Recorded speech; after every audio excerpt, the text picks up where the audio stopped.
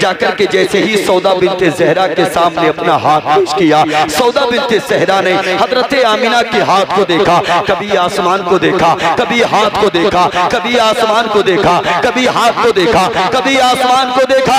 Medina के लोगों ने कहा, सौदा बिनते ज़हरा ये क्या हो गया, आज तक तूने ऐसा नहीं किया, आमिना के हाथ में तुझे क्या नजर आ गया? तूने हाथ देखा, नसीबों के फैसले कर दिए, हाथ देखा, तकदीरों के फैसले कर दिए। सौदा बिनते ज़हरा ने कहा था, ओ मदीना के लोगों, मैं देख रही हूँ आमिना का हाथ की हथेली बता रही है कि इसी के शिकम से आखिरी पैगंबर दुनिया में आएगा। नारे तकबीर, नारे रिसालत, फैज़ाने सरकारे मदीना, उलमाए अहले सुन्नत, नारे तकबीर, नारे रिसालत। इसी के शिकम से आखिरी पैगंबर दुनिया में आएगा। और हुआ भी यही, इधर हजरत अब्दुल्ला परवान चढ़े, उधर हजरत आमिना परवान चढ़ी। जब दोनों ने जवानी की दहलीज पे कदम रखा ना, इधर हजरत अब्दुल मुत्तलिब गिलाफे काबा को थाम के अर्ज करते, मौला तू तो जानता है ना मेरा बेटा कितना पाकीज़ा है, मौला तू तो जानता है ना मेरा बेटा कितना तय्यब व ताहिर है। इधर हजरत अब्दुल मुत्तलिब दुआएं करते, उधर हजरत वहाब बिन अब्द मनाफ अल्लाह की बारगाह में रातों को उठ करके दुआएं करते, मौला तुझे मालूम है मेरी बेटी आमिना कितनी पाकीज़ा है, तू तो जानता है ना कितनी साफ है, कितनी ताहिर है, कितनी तय्यब है, मौला कोई इसके जैसा मुझे बेटा अता फरमा दे, इसके लिए शोहर अता फरमा दे। दोनों तरफ अल्लाह की बारगाह में दुआएं, बात समझ में आ रही है? दोनों तरफ अल्लाह की बारगाह में दुआएं, मौला कोई अच्छी बेटी अता फरमा दे, उधर मौला कोई अच्छा बेटा अता फरमा दे।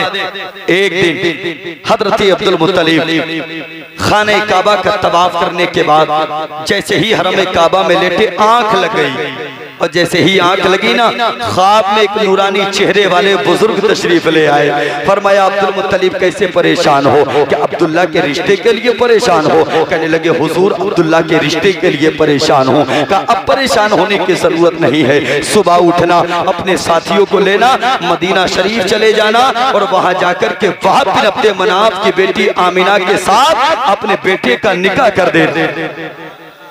अल्लाह, सुबह नमूदार हुई, हजरत अब्दुल मुत्तलिब ने अपने बेटों को लिया, साथ में चंद और लोगों को लिया, और लेने के बाद पहुंचे वहाब बिन अब्द मनाफ के दरवाजे पे मदीना शरीफ में। ये मदीना शरीफ के छोटे सरदार थे और हजरत अब्दुल मुत्तलिब मक्का शरीफ के बड़े सरदार थे। दरवाजे पे दस्तक दी, कहा कौन? कहा अब्दुल मुत्तलिब। जैसी नाम सुना, हजरत वहाब बिन अब्द मनाफ हैरत में पड़ गए। काबे के मुतवल्ली मेरे दरवाजे पे, मक्का के बड़े सरदार मेरे दरवाजे पे, गरीब के दरवाजे पे दस्तक दी, दरवाजा खोला, का हुजूर ज़हमत किस लिए उठाई, मुझ फकीर को याद कर लिया होता। अल्लाहु अकबर। दस्तूर देखें, जैसे देखा ना दरवाजा खोल के, हजरत अब्दुल मुत्तलिब आए, इस्तकबाल किया, वेलकम किया, खुशामदीद कहा और अपने घर में बिठाया, दस्तरखान लगाया। अरब का दस्तूर था, अगर कोई मेहमान जाता कम से कम 1 दिन 2 दिन और कम से कम 3 दिन वो मेहमानदारी करता, उसके बाद ही वो लौट करके आता। पहले के दौर में मेहमानों के आने पे खुश हुआ करते थे, आज के दौर में मेहमानों के जाने पे खुशियां मनाते हैं। यही हाल है ना? पहले इंतजार किया करते थे दस्तरखान पे कोई शख्स आकर के बैठ जाए। किसी ने कहा था, नारे तकबीर, नारे रिसालत, फैज़ाने सरकारे मदीना, उलमाए अहले सुन्नत, हजरत पता नहीं कितने और हैं, लेकिन हजरत अल्लामा मौलाना अहमद रजा साहब क़िबला का आखिरी खिताब होना है और इनके बाद इंशाअल्लाह सलातो व सलाम होना। ठीक है जी। चचा मियाँ, आपके जुमले को देख करके वाकई दिल जीत लिया। 55 से आगे के हैं, लेकिन चमचनी का हौसला आपका अल्लाह सलामत रखे। और बुढ़ापा कोई उम्र के तकाजे का नाम थोड़ी है। तुम क्या समझते हो 80 साल का आदमी बुढ़ा होता है? तुम 25 साल के हो, अगर तुम्हारा ईमानी जज्बा बेदार नहीं, तुम ही बुढ़े हो। और तुम्हारे सामने ये जवान बैठे, ये जवान बैठे कह रहे 6 बज जाएं, ये मोहब्बतें। मैं अर्ज कर रहा था कि पहले के दौर में मेहमानों के आने पे खुशियां, आज के दौर में मेहमानों के जाने पे खुशियां। पहले इंतजार करते हैं अल्लाह मेरे रिस्क की बरकत ना चली जाए, कई दिन से घर मेरे मेहमान नहीं है। ऐसी बातें पहले के लिए। और आज तो अगर खाना खा रहा है ना और दरवाजे पे अगर कोई दस्तक दे दे तो कहते लल्ली ले इसे हटा के रखिए, तेरे फूफा हैं, पहले उन्हें देख लो। हाँ ले इसे रख दिए, जरा हटा के खाने को बाद में खाऊंगा। वो अल्लाह के बंदे, तेरे घर में मेहमान आया, वो अपने नसीब का लेके आया है। हाँ आज हम कहते हैं बरकतें नहीं होती, बरकतें नहीं होती, क्या खाक बरकतें होंगी? पहले के दौर में मेरी कौम की शहजादियां सुबह की नमाज पढ़ने के बाद, फजर की नमाज के बाद अपने घर में कुरान लेके बैठती थी और कुरान की तिलावत करती चली जाती थी। परिंदे घर में आकर के दरवाजे पे बैठ जाते थे, दीवारों पे बैठ जाया करते थे। ये कुरान की तिलावत से फारिग होने के बाद अपने घर में जाती थी, हाथ में दाने लेकर के आती थी, अल्लाह की दूसरी मखलूक को खिलाया करती थी।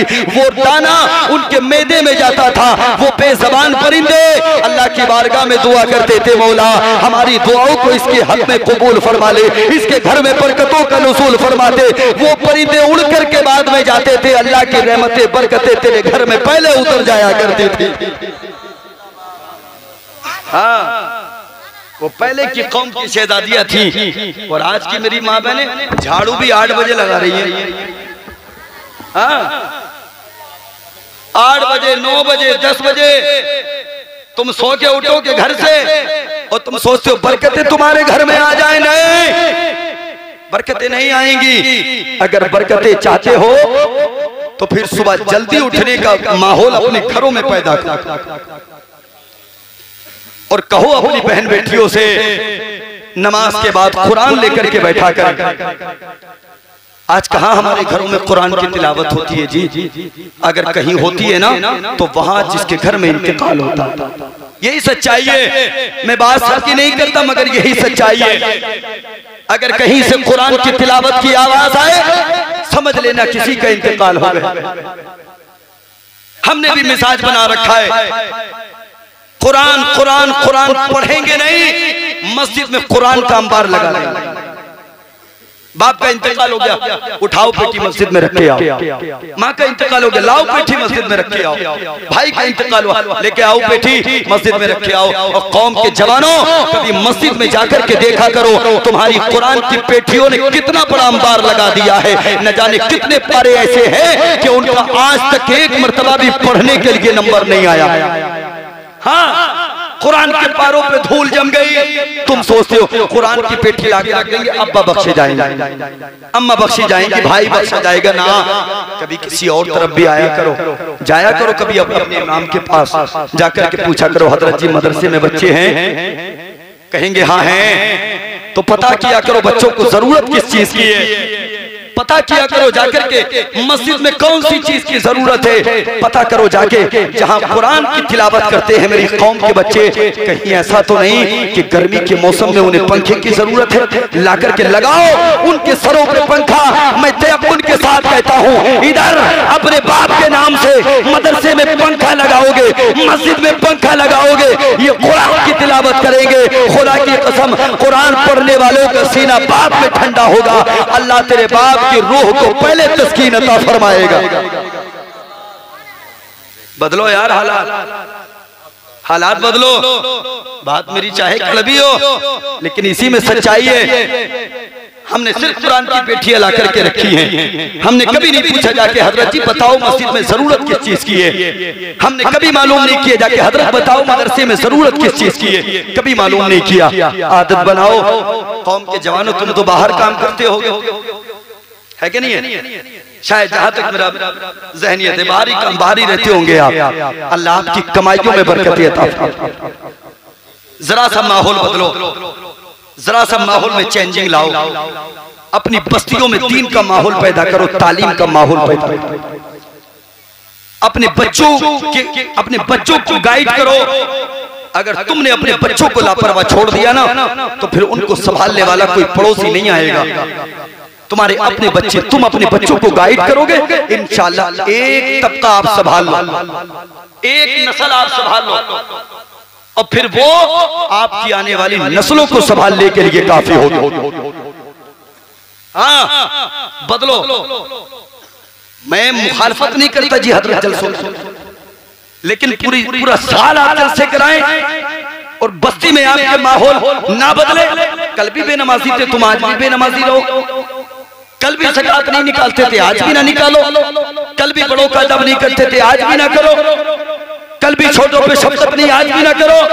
तो फिर खुदारा ऐसे जलसों से कोई फायदा नहीं, तुम्हारे लिए कोई फायदा नहीं। फायदा उन लोगों के लिए है जो इन जलसों से पैगामात को सुनकर के दिल में बसा के जाए और फिर उस पे अमल। हजरत अब्दुल मुत्तलिब वहाब बिन अब्दे मनाफ के दरवाजे 3 दिन तक मेहमान नवाजी हुई, 3 दिन तक। यहाँ तो अगर ये जो मकान है जिनका भी हो, इनके दरवाजे पे आके अगर कोई कहने लगे ना कि फुला से मिलना है, कोई कहे महफूज भाई से मिलना है, तो ये फटाक से इनमें कोई बच्चा निकलेगा, कोई बड़ा निकलेगा, वो कहेगा वो देखो सामने घर है। वो पहले के दौर में जानते हो क्या होता था, अगर किसी के घर में जाके पता कर लिया कि फुला से मिलना है, तो वो ये नहीं बताता था कि फुला का घर वो है, वो कहता था तशरीफ लाइए, बैठिए, अपने घर में बिठाता, इस्तकबाल करता, हस्बे हैसियत मेहमान नवाजी करता, और उसके बाद पूछता अब बताओ कैसे आना हुआ,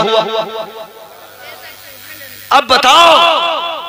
3 दिन तक मेहमान नवाजी, कोई मुतालबा नहीं। 3 दिन के बाद वहाब बिन अब्दे मनाफ कहते हुजूर अब बताएं कैसे आना हुआ। अल्लाह, अब अंदाज देखें आप। वहाब बिन अब्दे मनाफ ने जब इतना कहा कैसे आना हुआ, काबे के मुतवल्ली हजरत अब्दुल मुत्तलिब अपने दामन को फैलाया और फैलाने के बाद कहा वहाब बिन अब्दे मनाफ मैं तेरे दरवाजे पे दौलत लेने नहीं आया, सरमाया लेने नहीं आया, जमीन और जायदाद लेने नहीं आया। कहा फिर कैसे आना हुआ? कहा मैं तेरे दरवाजे पे तेरी बेटी को मांगने आया हूँ, तेरी बेटी को अपनी झोली में डालने आया हूँ। इतना सुनना था। वहाब बिन अब्दे मनाफ ने कहा हुजूर आमीना कल भी तुम्हारे बेटे के लिए थी, आज भी तुम्हारे बेटे अब्दुल्ला के लिए है, कल भी तुम्हारे बेटे के लिए रहेगी। हजरत अब्दुल मुत्तलिब फरमाते हैं वहाब बिन अब्दे मनाफ